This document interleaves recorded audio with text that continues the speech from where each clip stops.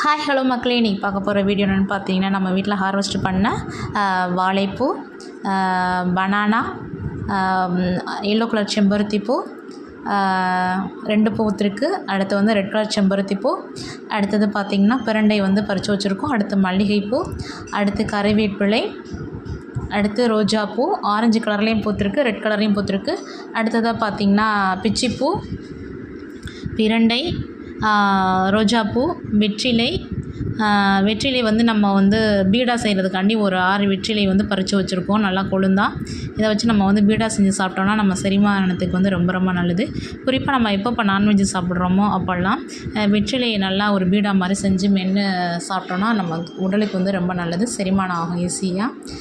இதான் நம்ம இன்றைக்கி வீட்டில் ஹார்வெஸ்ட் பண்ண பிரண்டையோட பயன்கள் நிறைய பேருக்கு தெரியும். அவ்வளோ ஒரு சத்து மிக்கது. நம்மளுக்கு ஜாயிண்ட் ஏற்படக்கூடிய பிரச்சனைகளெல்லாம் சரி செய்வது வந்து இந்த பிரண்டை தான். இந்த பிரண்டையை அழகாக நல்லா வதக்கிட்டு துவையில் அரைச்சி நல்லெண்ணெய் ஊற்றி சாப்பிட்டோன்னா உடலுக்கு வந்து அவ்வளோ ஒரு நல்லது.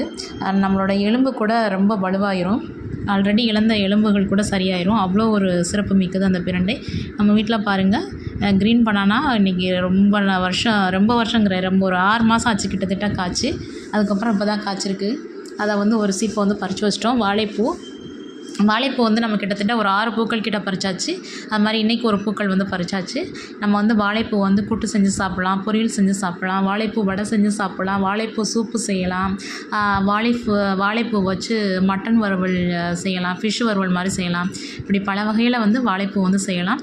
பிரண்டை பாருங்கள், அந்த பிஞ்சாக தான் பறிச்சிருக்கேன். இதை வந்து எப்படி துவையில் அரைக்கணும்னு சொல்லிட்டு பார்த்திங்கன்னா, கையில் நல்லா தேங்காய் எண்ணெய் தடவிட்டு குட்டி குட்டியாக கட் பண்ணிவிட்டு அந்த நாரெல்லாம் பிச்சுட்டு நல்லா வதக்கினதுக்கப்புறம் ஒரு துவையில் அரைச்சோன்னா செம்ம டேஸ்ட்டாக இருக்கும். நல்லெண்ணெய் ஊற்றி சாப்பிட்டோன்னா உங்களுக்கு வந்து ரொம்ப ரொம்ப நல்லது. வயிற்றில் இருக்கக்கூடிய பிரச்சனை, குறிப்பாக வந்து பசிக்கும், சின்ன குழந்தைங்களுக்கு கொடுத்துட்டிங்கன்னா அவங்களுக்கு வந்து அதிக அளவு பசிக்கும். அந்த ட்ரை பண்ணி பாருங்கள்.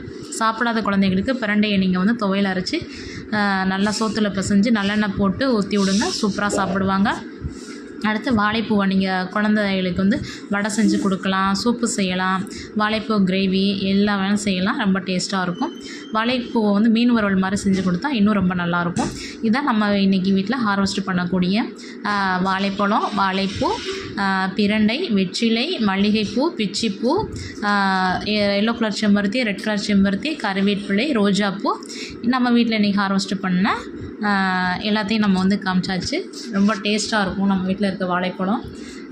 இந்த மாதத்தில் இப்போ தான் நாங்கள் ஃபஸ்ட் டைம் பறித்து வச்சுருக்கோம். நல்லா பழுத்துட்ட உடனேயே நல்லா ஸ்மூத்தி போட்டு சாப்பிட்லாம். நல்லா நைட்டு ஒன்று சாப்பிட்டுக்கலாம். ரொம்ப நல்லது, உடலுக்கு நல்லது.